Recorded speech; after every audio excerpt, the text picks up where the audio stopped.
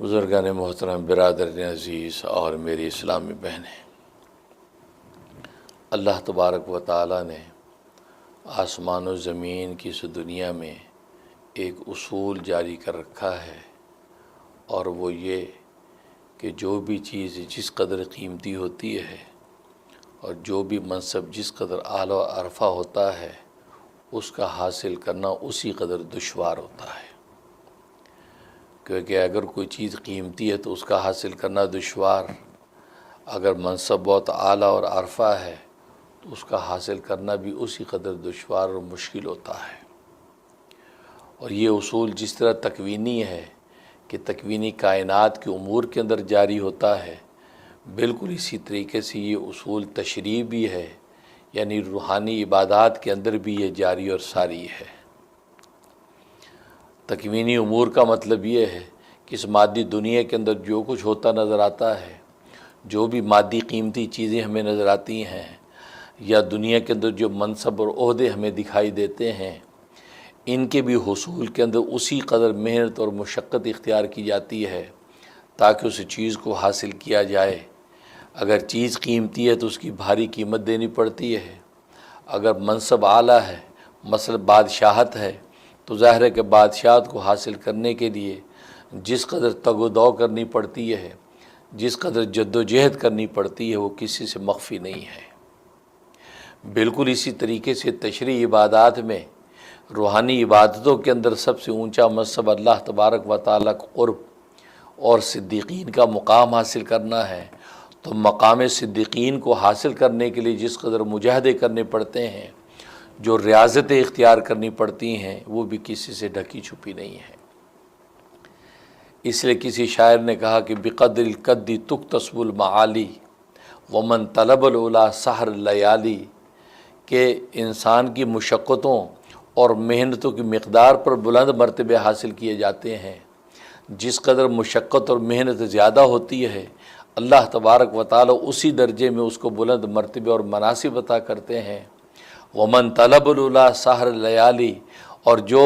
بلند مرتبے چاہتا ہو تو وہ راتوں کو جاگا کرے، کیونکہ راتوں کو جاگنا پڑتا ہے۔ بھلے مادیت کی کوئی قیمتی چیز حاصل کرنا مطلوب ہو،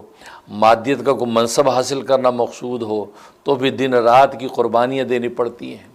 اسی طریقے سے روحانی مقامات میں ترقی اگر مطلوب ہے، صدیقین کے مقام تک اگر پہنچنا ہے، تو بھی دن رات کی قربانیاں دینی پڑتی ہیں۔ اس لیے شاعر نے کہا کہ راتوں کو جاگے گا تو وہ دنیا کے مناصب بھی پائے گا اور اسی طریقے سے روحانیت کے مراتب کو بھی طے کرے گا۔ اور حقیقت یہی ہے، چنانچہ انبیاء اکرام علیہ الصلاۃ والسلام جو کم و بیش 1,24,000 دنیا کے اندر تشریف لائے ہیں، وہ اسی حقیقت کو بتلانے کے لیے آئے ہیں کہ سب سے بلند ترین روحانی جو مقام ہے وہ اللہ تبارک و تعالیٰ کا قرب و رضا ہے۔ اس قرب و رضا کو تم اگر حاصل کرنا چاہتے ہو تو یہ وہ راستہ اور طریقہ ہے۔ اس راستے پر اگر چلتے چلے جاؤ گے اور والہانہ طور پر اس راستے کو طے کرتے چلے جاؤ گے تو تمہاری منزل اللہ تبارک و تعالیٰ کا قرب ہوگا۔ یہ نہ دیکھو کہ فاصلہ کتنا طویل ہے، فاصلہ کتنا مشکل ہے، اس فاصلے پر راستے پر چلنا یہ تمہارا کام ہے، قدم رکھنا تمہارا کام ہے، کیونکہ تمہاری حصول کی جو چیز ہے وہ اللہ تبارک و تعالیٰ کا قرب اور اللہ تبارک و تعالیٰ کے رضا ہے۔ لہٰذا جب اس راستے پر تم قدم رکھو گے تو اللہ تبارک و تعالیٰ کی اعانت اور مدد بھی شامل ہوگی، اور اللہ تبارک و تعالیٰ بڑھ کے تمہیں اپنے قریب کر لیں گے، اور راستہ جو طویل نظر آتا تھا وہ مختصر ہو جائے گا۔ اس لیے شاعر کہتا ہے کہ بس چلا چل قطع راہ عشق اگر منظور ہے، بس چلا چل قطع راہ عشق اگر منظور ہے، یہ نہ دے کہ ہم سفر نزدیک ہے یا دور ہے، مشکلیں عاشق کو ہیں پس قبل از دیوانگی،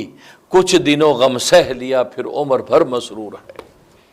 یہ راستے کو عبور کرنا یہ کچھ دنوں کی مشقت ہے، پر کچھ دنوں کی مشقت اختیار کرنا تمہارا کام ہے، منزل پہ پہنچا دینا اللہ تبارک و تعالیٰ کا کام ہے۔ تو گویا کہ یہ روحانیت کے مراتب کے لیے وہ راتوں کو جاگنا پڑتا ہے، دنوں کا چین قربان کرنا پڑتا ہے۔ جس طریقے سے تکوینی امور کے اندر انسان دیکھتا ہے کہ شب و روز قیمتی چیزوں کو حاصل کرنے کے لیے کس قدر بھاری قیمتیں ادا کرتا ہے، اور دنیا کے مناصب حاصل کرنے کے لیے کس قدر محنت اور مشقتیں اٹھاتا ہے، نہ دنوں کا چین ہے نہ راتوں کی نیند ہے، بس اس کی ایک ہی دھن لگی ہوتی، مجھے یہ منصب مل جائے، مجھے یہ عہدہ مل جائے، مجھے یہ بادشاہت مل جائے، مجھے یہ مقام نصیب ہو جائے، اسی ادھیڑ بون کے اندر دن رات گزارتا ہے۔ تو اسی طریقے سے جب راتوں کو جاگے گا اور دنوں کو قربان کرے گا، صرف اس لیے کہ اس کائنات سے نہیں بلکہ رب کائنات سے رشتہ استوار ہو جائے، کائنات فتح نہ ہو، رب کائنات فتح ہو جائے، تو جب رب کائنات کو اس نے جب فتح کر دیا تو کائنات اس کے قدموں میں خود بخود آ جاتی ہے۔ اس لیے انبیاء کرام علیہ الصلوۃ والسلام یہی وہ راز بتاتے ہیں کہ رب کائنات کو حاصل کرنے کی محنت کرو، اس کائنات میں بیٹھ کر رب کائنات کی طرف نگاہ رکھو گے تو اللہ تبارک و تعالی اس کائنات کو بھی تمہارے تابع کر دیں گے۔ لیکن اگر اس کائنات کے اندر رہ کے کائنات ہی کے عاشق اور دیوانے بنے رہے اور رب کائنات کی طرف نگاہ نہ کی اور کائنات کے حسن و جمال کو دیکھ کر رب کائنات کے حسن و جمال کا خیال نہ کیا، اس کائنات کی شیرینی اور خوبصورتی کو دیکھ کر رب کائنات کی مٹھاس اور شیرینی کا تصور نہ باندھا، اس لیے کہ جس نے گنے کے رس کے اندر مٹھاس رکھی ہے خود اس کی اپنی مٹھاس کا عالم کیا ہوگا،